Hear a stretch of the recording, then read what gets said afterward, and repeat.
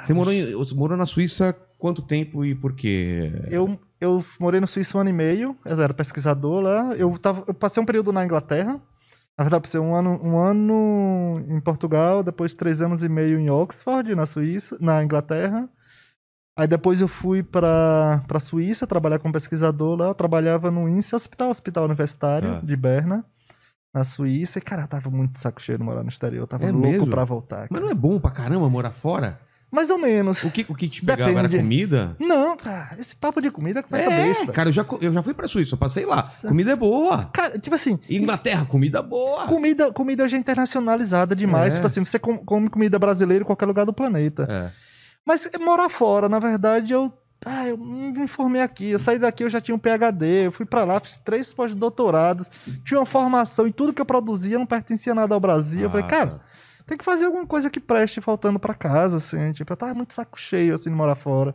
E é meio deprimente também. A cultura é diferente, o hábito é diferente, as pessoas diferentes. Mas é bom, né? Para o seu tipo de pesquisa é bom ter essa experiência fora com certeza, e depois trazer aqui pro Brasil. Com certeza. Esse é o objetivo. E transformar aqui, né, o país. Que é o que eu faço, por exemplo, eu trabalho com desenvolvimento de tecnologias para desenvolver vacinas, que é o mais caro, na verdade. O que é mais caro em tudo? É o conhecimento. Claro. A forma de desenvolver a tecnologia... Fazer mesmo a vacina deve ser barato. O problema é... A tecnologia que pertence. Por exemplo, muitas empresas que desenvolveram as vacinas, ou institutos, não necessariamente aquela tecnologia é a melhor, mas pertence a eles. Então eles vão investir naquilo. E nós temos uma cultura muito grande para produzir vacinas, mas para desenvolver a gente precisa investir muito mais. Como que é? A gente tem uma grande... Não temos a cultura de produzir vacinas, mas não desenvolver da base. A gente compra de fora sempre? Basicamente, vamos usar uma expressão... Olha, os insumos farmacêuticos ativos, ou seja, aqueles produtos para se produzir, a gente 95% a gente importa. Por quê? Porque é mais... Por quê? Porque o conhecimento, quem produz é no exterior. Infelizmente, nós somos, cientificamente falando, nós somos condenados a consumir o produto científico do exterior. E isso nos faz um país pequeno. Refém total. E agora imagina, tudo que está em volta da gente. Isso é resultado de ciência e tecnologia. Claro. Um país hoje não tem condições alguma de se tornar competitivo se não tiver ciência, tecnologia e inovação forte. A gente vai viver de commodities? Commodities, para quem não sabe, são arroz, trigo, soja... A gente vai produzir petróleo bruto e importar o nosso petróleo refinado.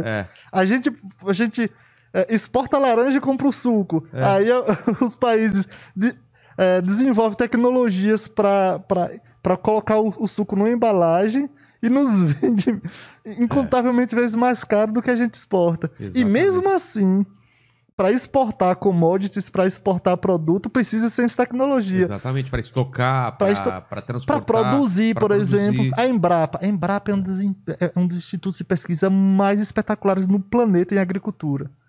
Do planeta, assim. Embrapa é espetacular. Se a gente consegue ter Embrapa, a gente consegue ter o ITA. A gente é da mesma geração, assim. Tem 39 anos. Então a gente cresceu falando, poxa, o ITA é complicado de entrar ali. Exatamente. A gente tem Butantan, a gente tem Fiocruz. Embraer, que está totalmente vinculado ao ITA, porque é pesquisa de tecnologia espacial. Então, assim, a gente tem tudo isso e a gente não consegue produzir a ciência de base, precisa importar. Então, assim, se a gente quer imaginar um futuro assim, no país competitivo, internacionalmente, e consequentemente dar uma condição local muito boa, não há possibilidade alguma de deixar ciência, tecnologia e inovação de fora. Eu sempre escutei falar, pelo menos não sei se é verdade, que na Amazônia tem a cura para muita coisa que está escondido lá e que se tiver pesquisa a gente acha muita coisa lá, né? Nós temos, na verdade, todas as condições para qualquer coisa. Nós temos a natureza e nós temos o cérebro brasileiro que tem algumas capacidades diferenciadas. Eu acho também. O poder de adaptação. E a gente é muito criativo. Por exemplo, eu trabalhava em Oxford. Onde desenvolver essa vacina de Oxford? Foi lá no Instituto Jenner. Foi onde eu fiquei 3 anos e meio. Fiquei, você estava lá em que ano? Eu fui de 2014 a início de 2018. Tá. Então, 3 anos e meio, assim, bem com essa correria de Instituto Jenna, o lugar que é o bambambam do planeta, assim, para vacinas. Perfeito. Eles são muito bons. O dinheiro vem da onde para essas pesquisas? Vem sempre, do governo? Lá é público-privado. É público e privado? Sempre é. Quem que é o privado? São as indústrias farmacêuticas? Isso, exatamente. Porque, assim, para as indústrias farmacêuticas é muito bom ter conexão com o laboratório. Por exemplo, lá a gente... Imagina que a gente vai produzir algo. Eles têm um produto. Só que a maioria das empresas não tem a condição de teste experimental que nós, laboratórios, temos. Porque para você manter um laboratório com experimentação animal, para ter licença dos comitês de ética, é muito difícil. Investimento muito alto. Então, para a empresa, é muito melhor investir na universidade, testar os produtos dela e ter a parceria. Mesmo pagando para a universidade, dividindo, é muito melhor para eles. Só que aqui nós temos um grande problema. Nós temos o mau hábito de não patentear tudo que nós fazemos. Por que não patenteiam? Pô, os caras patenteiam tudo. Qualquer ideia. Até tudo. Ideia, né? É o principal. Eles não patenteiam só produto, ideias. A gente publica, assim... Eu não lembro o número exatamente que nós estamos no ranking de publicação, mas é uma publicação científica, é muito alto. Mas em compensação de patente, é muito lá embaixo. Caramba. Só que patente... tem algumas questões. Para você patentear algo, ele tem que ser bom e quando você patenteia, você tem que manter a patente, você tem que ter gastos. E o que é que acontece? Aqui no Brasil, a gente tem investimento em ciência e tecnologia, que nós temos o maior problema. As pessoas falam, tem que ter mais investimento em ciência e tecnologia. Tem, mas esse não é o problema. O problema da gente aqui é que o investimento da ciência e tecnologia ela é instável.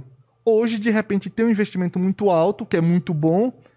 Daqui a um ano, o problema acabou, acabou entre aspas, a poeira baixou, a população não tem atenção, vai lá e corta ciência e tecnologia. Então a gente vive na gangorra. Quando a gente está desenvolvendo um copo que nem esse, a gente está produzindo o vidro e tal, está montando. Se corta, no ano seguinte, se corta o investimento em ciência e tecnologia, a gente fica na metade. Então o problema maior não é ter o dinheiro para desenvolver. Não, já gastou todo esse dinheiro para chegar até a metade, que é perdido porque não termina o... Exatamente. E aí a gente fica nesse... Aí, posteriormente, quando a gente submete um projeto, nossos pesquisadores, tem que ser inovador. Isso aqui já não é inovador. Porque passou do tempo. A gente perdeu isso. Então, assim, a gente precisa ter início, meio e fim. A ciência, início, meio e fim. E aí a gente vai gerando para a sociedade... o que é de mais valioso hoje do planeta. Na verdade, sempre foi, né? Que é o resultado de ciência, tecnologia e inovação. É que a gente fica muito à mercê dos governos, né? Demais. A gente fica... Ideologia, governo, aí tem um que fica contra o outro, ele quer cortar as coisas do outro porque acha que é ideológico, aí vem o outro, quer cortar esse, começa sempre do zero e vai sempre destruindo, pelo menos vendo de fora, parece que é isso, sim, né? Mas é muito isso. E outra coisa também que a gente tem é que parece que tem um grupo de... Agora surgiu o que a gente chama de mercado. O mercado é o grande Deus. Ou seja, parece que o investimento no Brasil tem que dar resultado imediato.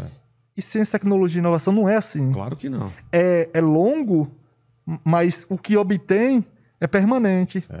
Poxa, a gente compra celulares caríssimos. O que é que nós temos de tecnologia? Quem não tem um celular nesse Brasil? A população mais pobre, claro. Mas nós temos mais celulares no Brasil do que pessoas. Então, assim, como assim a gente não tem pouquíssimo investimento tecnológico nisso? Computadores, medicamentos, como eu falei, poxa. Chega tudo pronto pra gente. E aí não tem como a gente competir. Como é que a gente vai competir se não tiver uma ideia, um projeto de desenvolvimento científico e tecnológico a longo prazo? Antigamente teve a ideia idiota de fechar o mercado e forçar o pessoal a comprar produto brasileiro, mesmo sendo ruim. Não deu certo. Vai dar. Porque o pessoal preferia trazer de fora, arranjar um jeito de contrabandear e tal. E aí quando chegava e comparava com o nacional, tem que incentivar. É o produto nacional competir com o exterior. Exatamente. E ser tão bom quanto ou que melhor. Nós temos condições de fazer isso. Você falou, você deu o exemplo da Embraer. Com todo respeito, meu filho, a Embraer compete com Estados Unidos e Rússia. França, com a França, com os Estados Unidos. Com a França a gente tá bem um passo a mais. A gente sempre ganhava da França nas concorrências. Sempre Estados Unidos e Rússia a gente compete. Então, que é a Boeing Boeing e a... A Boeing, a Rússia... Eu também não lembro. Não lembro, não, assim, mas são as 3 de investimento e nós estamos sempre competindo de igual para igual. Claro que eles têm investimento brutal. Mas parece que mesmo aí a gente perdeu terreno pra caramba, não perdeu? A gente era muito mais competitivo antes do que agora, Alguns anos, Porque, assim, de 2016 pra cá, teve um baque enorme para nós cientistas. A gente tava discutindo... Imagina, o que nós sobrevivemos hoje da ciência no Brasil é menos de 1/4 do que nós tínhamos em 2015. Ah, é? 1/4? 1/4. Agora você imagina, e mesmo assim o investimento, mesmo assim o dólar aumentando, porque a gente exporta praticamente tudo. A gente importa praticamente tudo. A gente vende, e assim, esse um quarto ainda é muito menor se levar em consideração. Comparativamente ainda é menor do que antes, porque o dólar está muito maior. A gente imagina, o investimento em ciência e tecnologia em 2002 ficou naquele pico assim de 2, 3 bilhões, falando no Fundo Nacional de Desenvolvimento Tecnológico. SNPq, CAPES, são os principais fundos de investimento. 2, 3 bilhões, aí começou a aumentar, chegou em 2000, aí começou a aumentar, 5, 6, 7, 8... Aí em 2008 teve aquele problema do mensalão, aí cai. Porque a primeira coisa que corta, tem qualquer problema, corta isso. Educação, saúde e ciência e tecnologia. Aí passa, aí volta o pico. Em 2015 tem o pico novamente. Aí teve o impeachment, aí foi ladeira abaixo.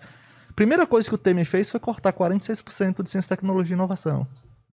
Para jogar para outro lugar ou simplesmente cortou? Cortou para ter um controle no país, mas em compensação teve um aumento de mais de 50% para o judiciário. Porque eles precisam, né? É o pessoal que tá precisando de dinheiro. Tá precisando ganhar pouco, né? Pouco, né? Imagina você não vê alguns áudios absurdos, o pessoal reclamando de ganhar só 30 mil reais. É de chorar o coração. Todas as outras mordomias que os caras têm, né? Exatamente. Auxílio moradia, porque a mansão que eles moram precisa de pagar energia ou coisa assim. Parece brincadeira, mas Mas, doutor, você tá